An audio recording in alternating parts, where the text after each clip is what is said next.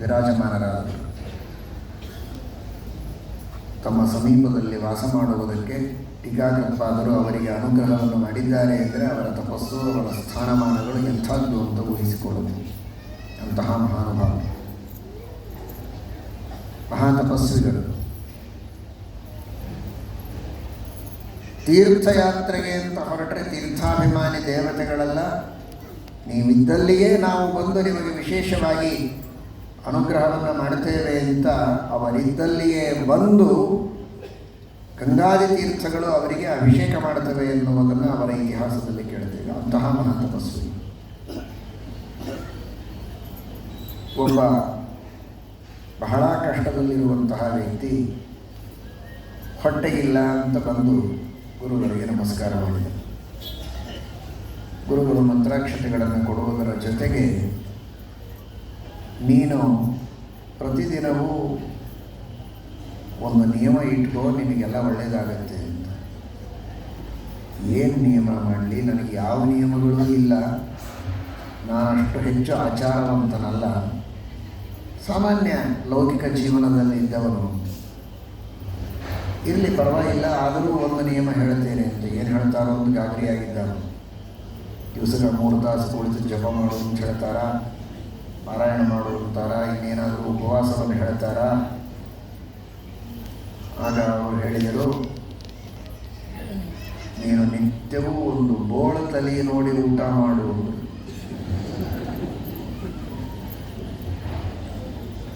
ನನಗೆ ಹಸಿವಿದೆ, ಹೊಟ್ಟೆಗಿಲ್ಲ, ಉಪವಾಸ ಕಳೀತಾ ಇದ್ದೇನೆ ದಿನಗಳನ್ನು, ಹರಕ ಬಟ್ಟೆ ಉಟ್ಕೊಂಡು ಏನು ಮಾಡಬೇಕು, ಹೇಗೆ ಸಂಪತ್ತು ಬೇಕು ಅಂತ ನಾನು ಕೇಳಿದರೆ ಯಾರೋ ರಾಜರ ಹೆಸರು ಬೇಕಾದಷ್ಟು ಸಂಚಾರ ಮಾಡಿರ್ತಾರೆ. ರಾಜ ಮಹಾರಾಜರುಗಳೆಲ್ಲ ಆಗಿನ ಕಾಲದಲ್ಲಿ ಬೇಕಾದಷ್ಟು ಜನ ಶಿಷ್ಯರು, ಶ್ರೀಮಂತರು ಬೇಕಾದಷ್ಟು ಜನ. ಯಾರೋ ಶ್ರೀಮಂತರ ಮನೆಗೆ ಕಳಿಸ್ತಾರೋ, ರಾಜರ ಹತ್ರ ಹೋಗ್ಲಿಕ್ಕೆ ಹೇಳ್ತಾರೋ, ಮೈಸೂರು ಮಹಾರಾಜನಿಗೆ ಒಂದು ಪತ್ರ ಬರೆದು ಕೊಡ್ತಾರೋ ಅಂತ ನಾನು ತಿಳ್ಕೊಂಡಿದ್ರೆ ಇವರೇ ಬೋಳ ತಲೆ ನೋಡಿ ಊಟ ಮಾಡುವಂತಾರಲ್ಲ, ಏನು ಮಾಡಬೇಕು ಅಂತ ಹೀಗೆ ಅಂದ್ಕೊಳ್ಬಹುದಿತ್ತು. ಆದರೆ ಅಂದ್ಕೊಳ್ಳಿಲ್ಲ. ಅಜ್ಞಾನ ಗುರುಗುಣ ವಿಚಾರಣೀಯ, ಏನೂ ವಿಚಾರ ಮಾಡಲಿಲ್ಲ. ಗುರುಗಳು ಆಜ್ಞೆ ಮಾಡಿದ್ದಾರೆ, ಸರಿ, ಅದರಿಂದಲೇ ನನಗೆ ಕ್ಷೇಮ, ಅದರಿಂದಲೇ ನನಗೆ ಶ್ರೇಯಸ್ಸು ಅಂತ ವಿಶ್ವಾಸ ಇಲ್ಲ.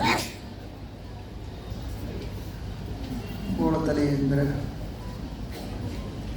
ಸಾಮಾನ್ಯವಾಗಿ ವಿದ್ವಾಂಸರು ಸದಾಚಾರಿಗಳೇ ಬೋಳತಲೆ ಇರುತ್ತದೆ. ನಿತ್ಯ ಸದಾಚಾರಿಗಳಾದ ಬ್ರಾಹ್ಮಣರು, ವಿದ್ವಾಂಸರು, ಪಾಠ ಪ್ರವಚನದಲ್ಲಿ ಆಸಕ್ತರು, ಜಪ ತಪಸ್ಸು ಅನುಷ್ಠಾನಗಳನ್ನು ಮಾಡುವವರು ಆಗಿನ ಕಾಲದಲ್ಲಿ ಬೇಕಾದಷ್ಟು ಜನ. ಈಗಿನ ಕಾಲದಲ್ಲೇ ಬೇಕಾದಷ್ಟು ಜನ ಸಿಗ್ತಾರೆ, ಆಗಿನ ಕಾಲಕ್ಕಂತೂ ಬೇಕಾದಷ್ಟು ಜನ. ಹೀಗಾಗಿ ಅವನಿಗೇನು ಸಮಸ್ಯೆ ಇರಲಿಲ್ಲ. ನಿತ್ಯವೂ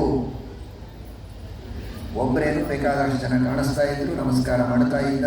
ನೋಡಿ, ಅಷ್ಟೆಲ್ಲ ಸಜ್ಜನರ ದರ್ಶನವೇ ಒಂದು ದೊಡ್ಡ ಪುಣ್ಯ.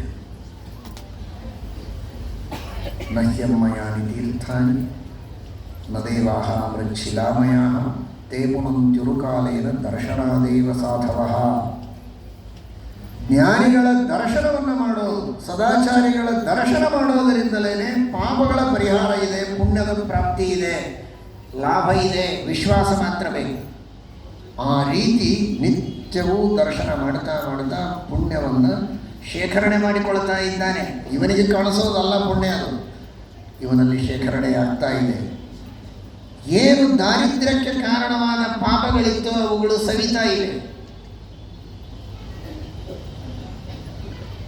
ಒಂದು ದಿನ ಬಂತು,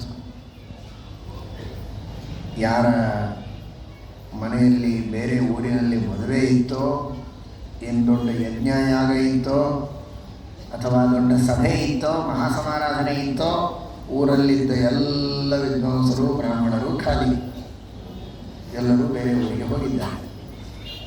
ಇವನು ದಿವಸ ಹೇಳೋ ಹಾಗೆ ಎದ್ದ, ಹುಡುಕ್ತಾನೆ, ಒಂದು ಬೋಳದಲ್ಲಿನೂ ಸಿಗಲಿಲ್ಲ.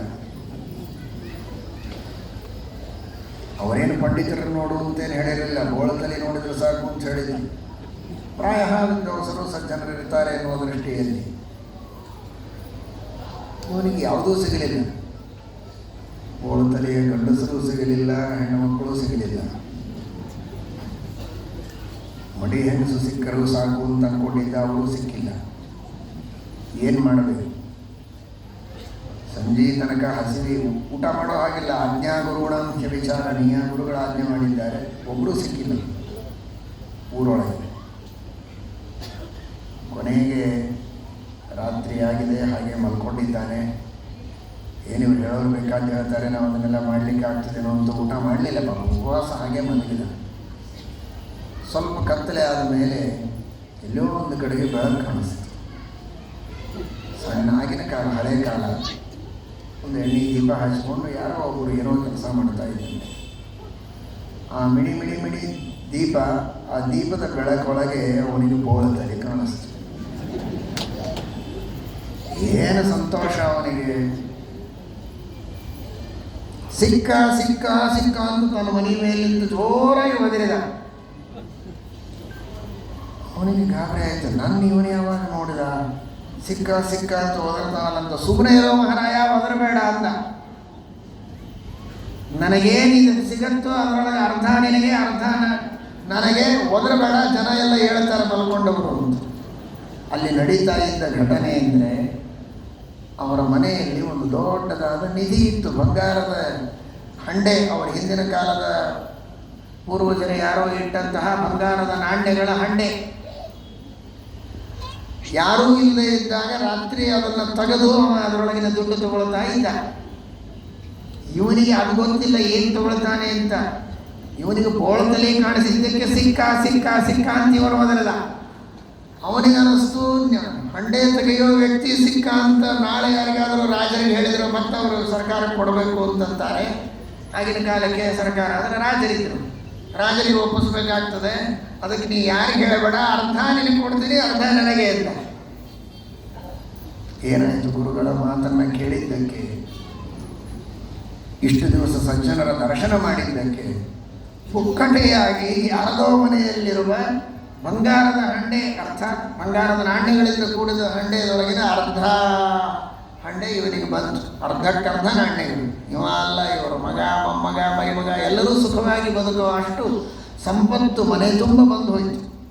ಕೇವಲ ಗುರುಗಳ ಮಾತಿನ ಮೇಲೆ ವಿಷಯ ಏನಾದರೂ ಅಲ್ಲಿ